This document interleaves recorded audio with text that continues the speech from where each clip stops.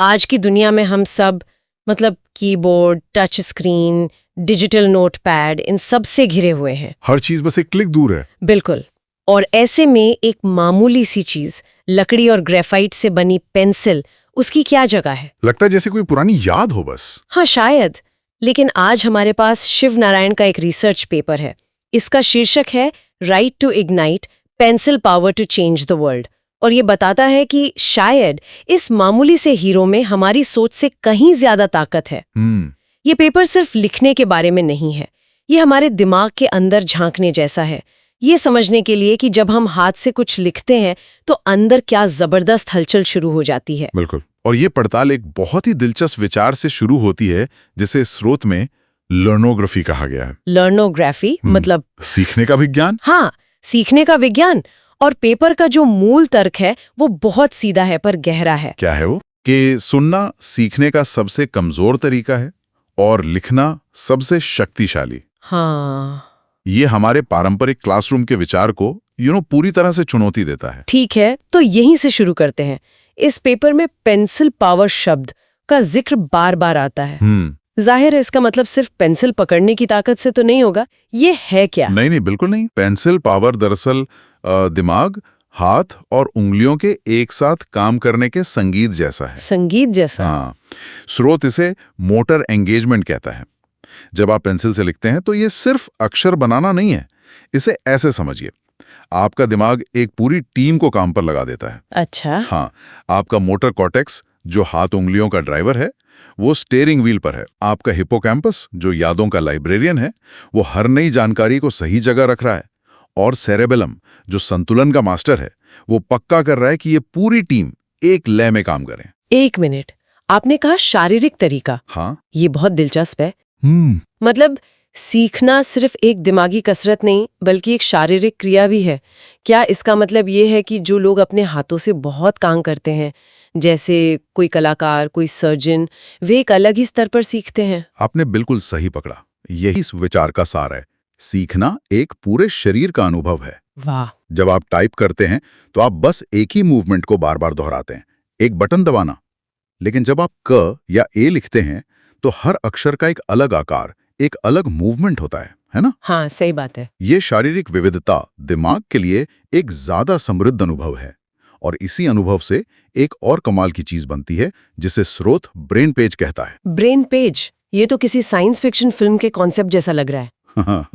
क्या ये हमारे दिमाग में बना कोई अदृश्य पन्ना है? आप इसे ऐसा ही समझ सकती हैं। ब्रेन पेज आपके दिमाग में बनी जानकारी का एक न्यूरल नक्शा है। न्यूरल नक्शा? हाँ, ये कोई फाइल नहीं है जिसे आपने सेव कर लिया हो, बल्कि ये एक व्यवस्थित संरचना है, जैसे किसी शहर का नक्शा। और ये नक्शा सिर्फ सुनकर या टाइप करके नहीं बनता। ये तब बनता है जब आप शारीरिक रूप से जानकारी से जुड़ते हैं, उसे लिखते हैं, उसका डायग्राम बनाते हैं। अच्छा। संक्षेप में, पेंसिल हाथ और दिमाग के बीच एक पुल बनाती है जो जानकारी को समझ में बदल देती है। तो अगर ये तरीका इतना शक्तिशाली है और हमारे दिमाग के लिए इतना स्वाभाविक है, तो हमारे स्कूल और कॉलेज आज भी उस मॉडल पर क्यों चल रहे हैं, जहां शिक्षक बोलते हैं और छात्र बस सुनते हैं? जिसे इस पेपर में टॉकिंग क्लासरूम कहा गया है, यानी बोलती हुई कक्षाएं। ये एक बहुत बड़ा सवाल है।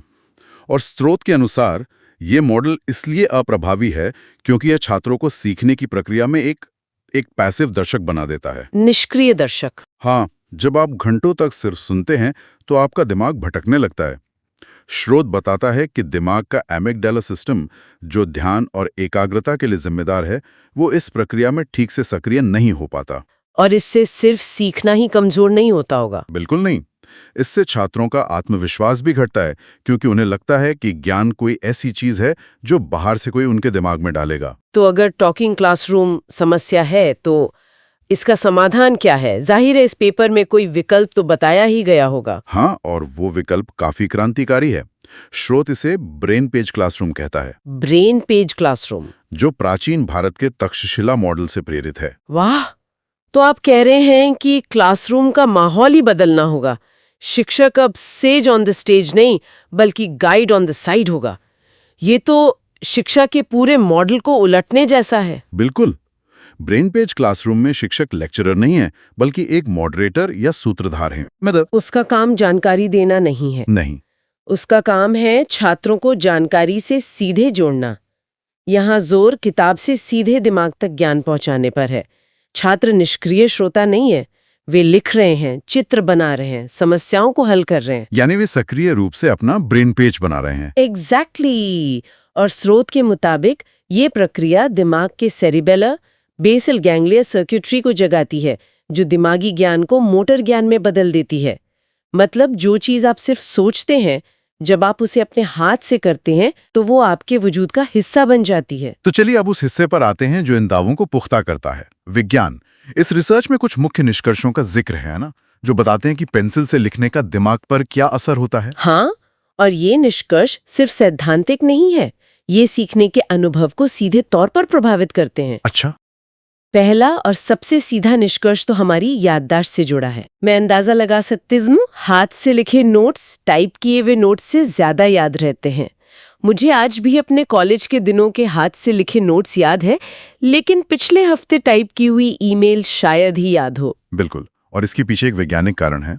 अध्ययन में पाया गया है कि जो छात्र हाथ से लिखते हैं, उनमें जानकारी को याद रखने और जरूरत पड़ने पर उसे दोबारा याद करने की क्षमता टाइप करने वालों या सिर्फ सुनने वालों से कहीं ज्यादा होती है। ऐसा क्यों? ऐसा इसलिए क्योंकि लिखने की शारीरिक क्रिया हिपोकैम्पस और सेरिबेलम, यानी हमारे दिमागी लाइब्रेरियन और कोऑर्डिनेटर को ज्यादा सक्रिय करती है, जिससे यादों की जड़ें गहरी हो जाती हैं। और ये ब्रेन पेज बनाने में भी मदद करता होगा, जिसका जिक्र हमने पहले किया था। सही। दूसरा निष्कर्ष यही है, हाथ से लिखने से ब्रेन पेज यानी दिमाग का न्यूरल नक्शा ज्यादा व्यवस्थित और साफ बनता है। गोला लगाते हैं। सही बात है, ये एक रचनात्मक प्रक्रिया है। हाँ, आप जानकारी को अपने दिमाग के लिए व्यवस्थित कर रहे होते हैं। लेकिन ये सिर्फ याद करने या समझने के बारे में नहीं है, ये हमारे सोचने के तरीके को भी बदलता है। स्रोत में एकीकृत सोच की बात की गई है। ये तीसरा और शायद सबसे महत्वपूर्ण निष्कर्ष है। हाथ से लिखने की प्रक्रिया दिमाग के कई हिस्सों, motor cortex, prefrontal cortex, basal ganglia, इन सबको एक साथ काम करने के लिए मजबूर करती है। मतलब दिमाग के अलग अलग हिस्से एक टीम की तरह काम करते हैं। बिल्कुल, वो एक दूसरे से बेहतर तालमेल बिठाना सीखते हैं। इससे मुश्किल समस्याओं को सुलझाने की हमारी क्षमता बढ़ जाती है, क्योंकि हम किसी समस्या को सिर्फ एक नजरिए से नहीं, बल्कि कई अलग अलग नजरियों से एक साथ देख पाते हैं। और आज के दौर की सबसे बड़ी चुनौती, ध्यान भटकना यानी डिस्ट्रैक्शन, क्या पेंसिल इसमें भी हमारी मदद कर सकती है? चौथा निष्कर्ष इसी पर केंद्रित है। पेंसिल से लिखने के लिए आपको एक खास तरह का ध्यान लगाना पड़ता है ना? हाँ, ये तो है। आप एक साथ 5 और काम नहीं कर सकते। ये दिमाग के लिए एक तरह का मेडिटेशन है। ये एकाग्रता की मांसपेशी को मजबूत करता है, जबकि डिजिटल डिवाइस पर एक नया नोटिफिकेशन आपको भटकाने के लिए काफी है। इस रिसर्च में एक और कौशल का जिक्र है, विजुओ स्पेशल कौशल। ये सुनने में थोड़ा तकनीकी लगता है, इसका क्या मतलब है? इसे आसान भाषा में समझते हैं। विजुओ स्पेशल कौशल मतलब चीजों को 3D में सोचने की क्षमता। जैसे एक आर्किटेक्ट किसी बिल्डिंग का नक्शा दिमाग में बनाता है। हाँ, ये उसका एक बहुत अच्छा उदाहरण है। ये चीजों को देखने और उनके बीच की दूरी, आकार और संबंध को समझने की क्षमता है। जब आप अपनी कार को एक तंग जगह में पार्क करते हैं, या किसी नए शहर में बिना गूगल मैप्स के रास्ता खोजते हैं, तब भी आप इसी कौशल का इस्तेमाल कर रहे होते हैं। और हाथ से लिखना इस दिमागी मांसपेशी की बेहतरीन कसरत है। और आखिर में एक ऐसा पहलू है जो मुझे सबसे ज्यादा दिलचस्प लगा, भावनात्मक जुड़ाव। हाँ, और ये कोई मामूली बात नहीं है। छठा निष्कर्ष यही है, हाथ से लिखने का एक गहरा भावनात्मक पहलू है। ये बात तो मैंने भी महसूस की है। जब मैं अपने हाथ से लिखे पुराने नोट्स देखती हूँ, तो मुझे सिर्फ जानकारी याद नहीं आती, मुझे ये भी याद आता है कि मैं उस समय क्या सोच रही थी, कैसा महसूस कर रही थी। एक तरह से वो लिखावट मेरे उस पल का एक हिस्सा बन जाती है। कीबोर्ड से लिखे टेक्स्ट में ही अपनापन कहाँ? बिल्कुल, और यही भावनात्मक जुड़ाव है। स्रोत इसे सिर्फ एक अच्छी लगने वाली बात नहीं मानता, बल्कि सीखने की प्रक्रिया का एक अहम हिस्सा मानता है। जब आप भावनात्मक रूप से किसी चीज से जुड़ते हैं, तो आपका दिमाग उसे ज्यादा अहमियत देता है और इसे लंबे समय तक याद रखता है। ये सारी बातें सुनने के बाद एक सवाल मन में आता है। पूछिए। आज की दुनिया में जहां सब कुछ डिजिटल हो रहा है, तो क्या हमें स्क्रीन को पूरी तरह से छोड़ देना चाहिए?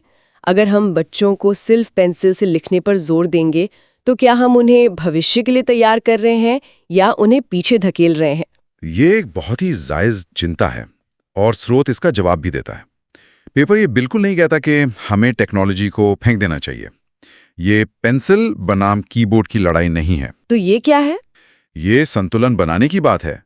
टेक्नोलॉजी जानकारी तक पहुंचने, रिसर्च करने और उसे साझा करने के लिए एक बेहतरीन जरिया है, लेकिन जब उस जानकारी को समझने, आत्मसात करने और उसे ज्ञान में बदलने की बात आती है, तो पेंसिल का कोई मुकाबला नहीं। मतलब टेक्नोलॉजी को पेंसिल का पूरक होना चाहिए, उसका विकल्प नहीं। बिल्कुल सही। तो फिर शिक्षा प्रणाली, शिक्षकों और माता-पिता के लिए इसके बड़े सबक क्या हैं? इसके निहितार्थ बहुत बड़े हैं।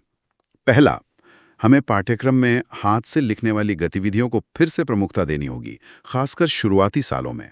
दूसरा, शिक्षक प्रशिक्षण में लर्नोडायनामिक्स और ब्रेन पेज थ्योरी जैसे सिद्धांतों को शामिल करना होगा, ताकि शिक्षक समझ सकें कि सीखना सिर्फ दिमागी नहीं बल्कि एक शारीरिक प्रक्रिया भी है। हाँ, और तीसरा, जो बहुत जरूरी है, शैक्षिक समानता के लिहाज से। आपने सही पकड़ा, पेंसिल शिक्षा में समानता लाने वाला एक जबरदस्त उपकरण है। हर बच्चे के पास टैबलेट या लैपटॉप नहीं हो सकता। लेकिन एक पेंसिल और कागज की पहुंच लगभग हर जगह है। सही बात है। ये ज्ञान के दरवाजे सबके लिए खोलता है। और आखिरी सवाल, रचनात्मकता और नवाचार के बारे में। आजकल हर कोई इसकी बात करता है। चौथा निहितार्थ इसी से जुड़ा है। जब आप अपने विचारों को आज़ादी से कागज पर उतारते हैं, स्केच बनाते हैं, माइंड मैप बनाते हैं, तो आप अपने दिमाग के कल्पनाशील सर्किट को सक्रिय करते हैं। बहुत से महान विचारों की शुरुआत एक नैपकिन पर बने स्केच से हुई है। हाँ, ये तो सुना है। हाथ और दिमाग का ये सीधा कनेक्शन विचारों को बिना किसी बाधा के बहने की आज़ादी देता है। तो कुल मिलाकर ये रिसर्च एक मामूली सी पेंसिल को एक नए नजरिए से देखने पर मजबूर करती है। ये सिर्फ लिखने का एक औजार नहीं, बल्कि ये हमारे दिमाग की क्षमता को जगाने, गहरी समझ पैदा करने और सीखने को एक सार्थक अनुभव बनाने का एक शक्तिशाली न्यूरोकॉग्निटिव टूल है। इसका काम सिर्फ ज्ञान को रिकॉर्ड करना नहीं, बल्कि उसे प्रज्वलित करना यानी इग्नाइट करना है। बिल्कुल। स्रोत हमें याद दिलाता है कि इतिहास के महानतम विचारकों ने, चाहे वो लियोनार्डो दा विंची के स्केच हों या आइंस्टीन के समीकरण, अपने क्रांतिकारी विचारों को दुनिया के सामने लाने के लिए इसी सरल उपकरण पर भरोसा किया था। और ये बातचीत हमारे लिए एक जरूरी सवाल छोड़ जाती है। टेक्नोलॉजी की चकाचौंध और तेजी को अपनाने की होड़ में हम सोचने, सीखने और बनाने के ऐसे और कौन से शक्तिशाली, सरल और गहरे तरीकों को नजरअंदाज कर रहे हैं जो शायद हमारे नजरों के ठीक सामने ही मौजूद हैं।